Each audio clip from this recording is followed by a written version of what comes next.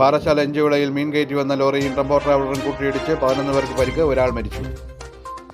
ഇന്ന് പുലർച്ചെ 3 മണിയോടുകൂടിയാണ് അപകടം.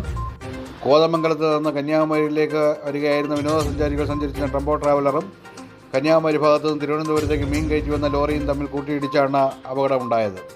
വെളിച്ചക്കുറവും ചാറ്റൽ മഴയുമാണ് അപകട കാരണമെന്ന് അനുമാനിക്കുന്നു.